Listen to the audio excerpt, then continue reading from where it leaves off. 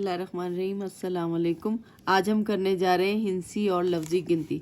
सबसे पहले मैं आपको बताऊंगी कि हिंसी गिनती कौन सी होती है। तो हम यहाँ लिख लेते हैं हिंसी गिनती।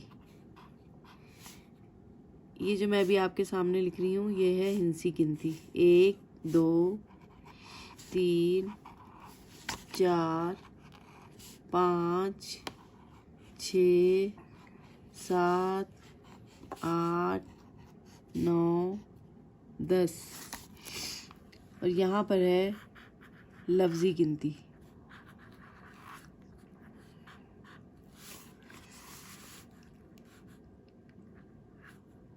ये मैंने क्या लिखा है 10 9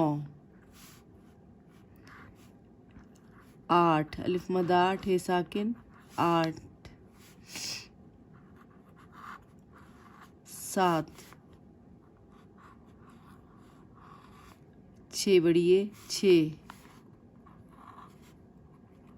5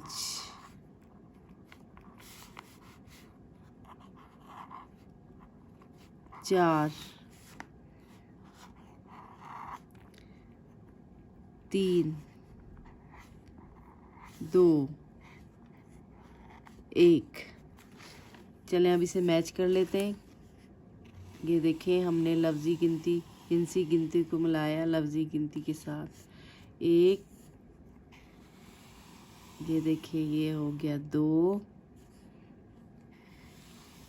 ये है 3, ये है 4, ये है 5, ये है 6, ये है 7, ये है 8, ये है 9 और ये है 10।